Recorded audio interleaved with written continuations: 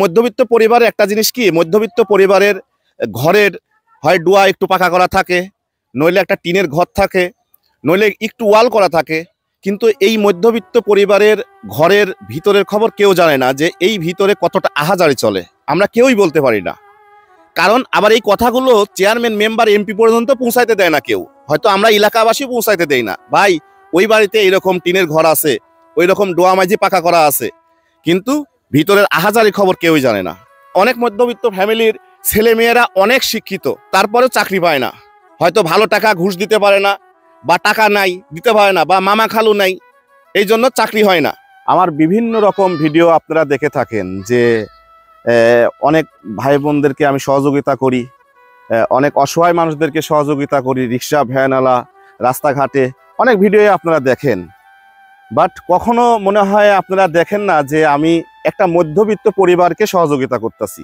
এই ধরনের ভিডিও আমার মনে হয় আপনারা সচরাচর খুব কমই চোখে দেখেন। আমরা সোশ্যাল মিডিয়ায় যারা আছি, যারা কাজ করি, দেখা যাচ্ছে ইউটিউব, ফেসবুকে টাকা পেলে আমরা শুধু অসহায় মানুষদেরকে সহযোগিতা করি, গরিব মানুষদেরকে সহযোগিতা করি। তো আমরা মধ্যবিত্তর খোঁজ খবর খুব একটা নেও না, তারা কেমন চলতেছে এটাও আমরা নেই না। তো মূলত আমি এই ভিডিওটা এই কারণেই করতেছি, ভিডিওটা আমি করতে চাইছিলাম না, তারপরেও আমার মনে হলো যে আমার ভিডিওটা করা উচিত।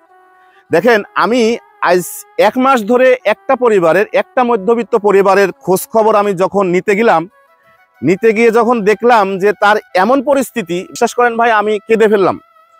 আমি বাসায় এসে আমার ওয়াইফের কাছে এই কথাগুলো বলে আমি নিজেই কেঁদে ফেললাম।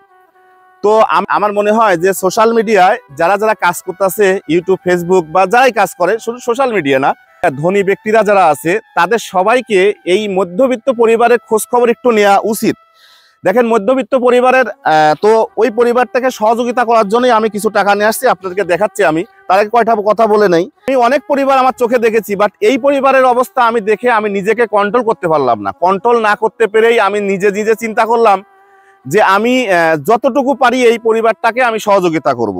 আর একটা বিষয়, আমি এই উপরে আল্লাহ নিচে আমি এই টাকাটা যখন ওনার হাতে দেব, এই ভিডিওটা আপনাদের সঙ্গে আমি শেয়ার করব না। প্লাস ওই মানুষটা আমাদের এলাকারই এদিকে কেউ আছে, আমি কোন বাড়ির মানুষটাকে, যেহেতু আমাদের এলাকার অনেক মানুষ ভিডিও দেখে, অন্য এলাকার মানুষও ভিডিও দেখে, তো মানে অনেক মানুষই আমার ভিডিওগুলো দেখে। তো এই টাকাটা আমি কোন মানুষের তার হাতে দিলাম, কোন মধ্যবিত্ত পরিবারের এই টাকাটা আমি দিচ্ছি, আমি কাউকেই বলবো না। শুধু একটা কথাই বলবো যে আমার আল্লাহকে সাক্ষী রেখে আমি ওই মধ্যবিত্ত হাতের পরিবারের হাতে এই টাকাগুলো আমি পৌঁছায় দেব। আমার পক্ষে এত মানুষের সহযোগিতা করা সম্ভব না। আমার ভিডিওর কমেন্ট বক্সে এসে আমি দেখি কিছু মানুষ আমাকে গালাগালি পারে।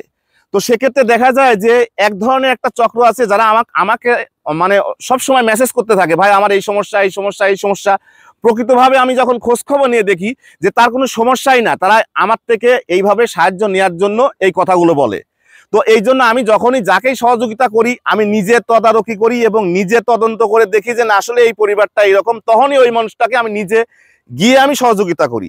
বাহির থেকে যখন, বাহিরের কোনো জেলা থেকে যখন আমাকে বলে ভাই আমার পরিবারের এই সমস্যা, তখন আমি বলি ভাই কোনো সময় যদি আপনার এলাকায় আসি তো তখন একটু যোগাযোগ করবেন, আপনার নাম্বারটা আমি রেখে দিলাম। আমি আপনার পরিবারের অবস্থা দেখে, আমি ভিডিও করার দরকার নাই, আমার ভিডিওর প্রয়োজন নাই, বাট আমি নিজে চোখে দেখবো, দেখে আপনাকে সহযোগিতা করব।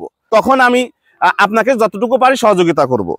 তো আমি যে পরিবারটাকে দিচ্ছি, তো আমার সাধ্য অনুযায়ী, বিশ্বাস করেন আর না করেন, আমার সাধ্য অনুযায়ী আমি যতটুকু পারতেছি দিচ্ছি। তবে আমি আরো চেষ্টা করব তাকে সহযোগিতা করার জন্য। আমি এখানে নিয়ে আসছি 1 2 3 4 5 6 3000 32 34 36 38 40 4000 41 42 43 44 45 46 47 48 49 50।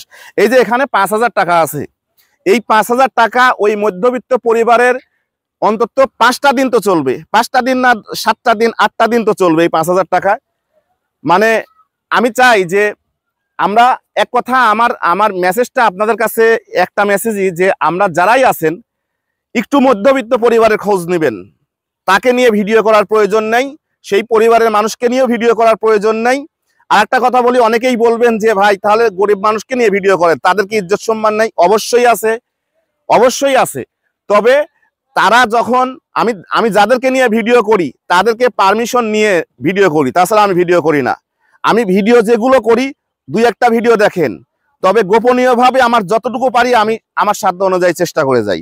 তবে এই টাকাটা নিয়ে আমি এখন ওই পরিবারটাকে দেব। আমি আবারও বলি, বাংলাদেশের বিত্তবান মানুষ যারাই আছেন এবং এমপি, মন্ত্রী, চেয়ারম্যান, মেম্বার থেকে যারাই আছেন, আপনাদের কাছে রিকোয়েস্ট থাকবে, একটাবার হলেও মধ্যবিত্ত পরিবারে খোঁজ নিন।